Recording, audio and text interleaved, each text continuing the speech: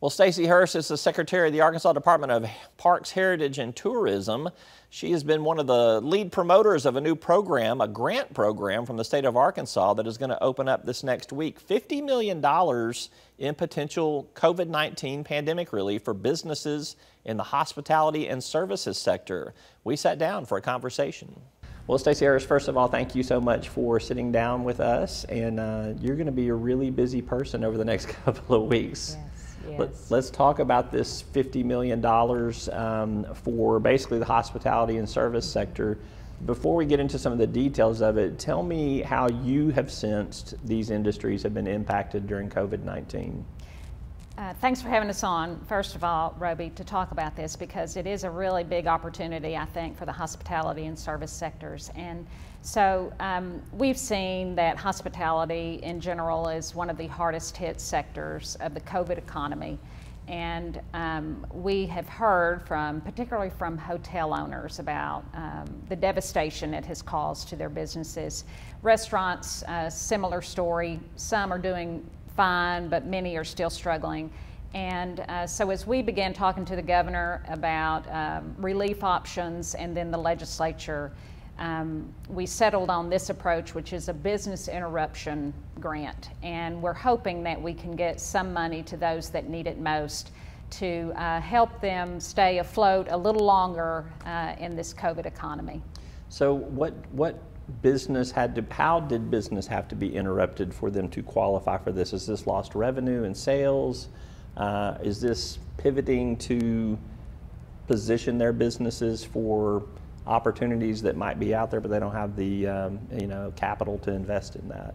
So the federal guidelines require that we use or grant the money out in a certain way. And so the way that will be allowing application is for expense reimbursement. And there are specific expenses that are allowed by the feds that businesses can claim reimbursement for. It's not a revenue replacement program, but we can cover lost revenue to the extent that your business has been impacted, for example, from COVID. So our formula is this, that we will allow businesses that are eligible to apply for reimbursement on certain expenses. And then we will also look at the change in sales tax revenue from 2019 to 2020. So for those businesses that are eligible, we will, DF&A will provide sales tax revenue from 2019 to 2020, and we'll look at the change. So that will be an indicator of economic impact. So we'll use those two metrics, both the expenses that they request reimbursement for and then the change in sales tax revenue to determine grant amounts. And it's a complicated formula. We've been working with a group of consultants to create this statistical formula. So it's complicated, but that is really it in a nutshell. Those two factors, reimbursements that they are able to claim, and then the change in sales tax data. So we saw this in earlier Ready for Business grants where the need or the desire was much greater than the resources that were available for this. You've got $50 million for this particular grant program. Are you worried that it is going to deplete quickly? Yes, we are.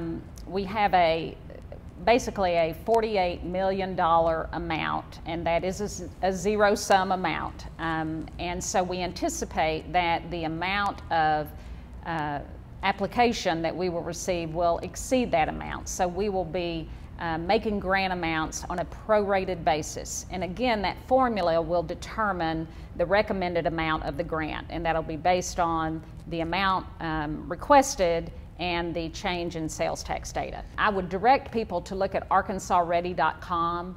There is the list of eligible expenses that they can claim, the list of businesses that fall within the category, and there is a frequently asked questions sheet that should be very helpful.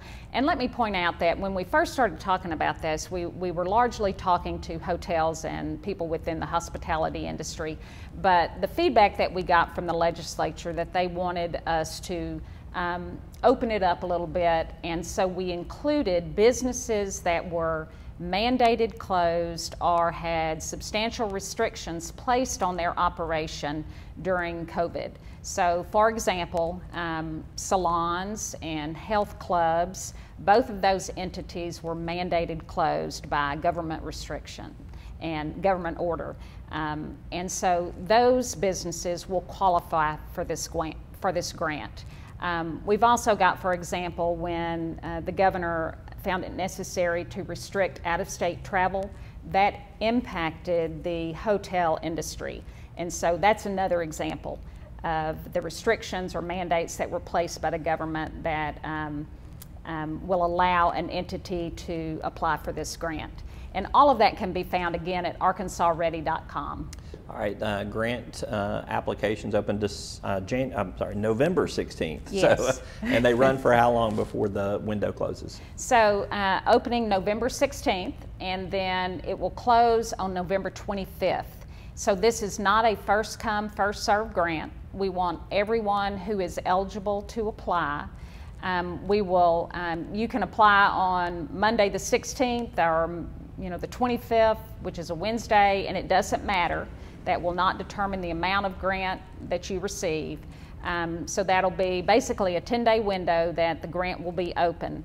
And we are trying to get the word out as best we can. We want to be helpful to people as they try to fill out the application.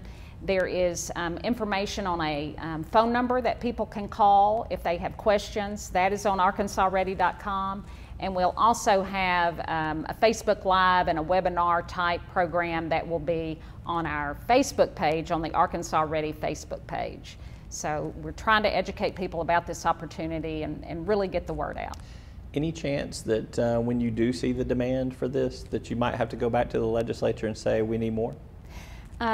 If there's a second round of funding, that will certainly be a possibility.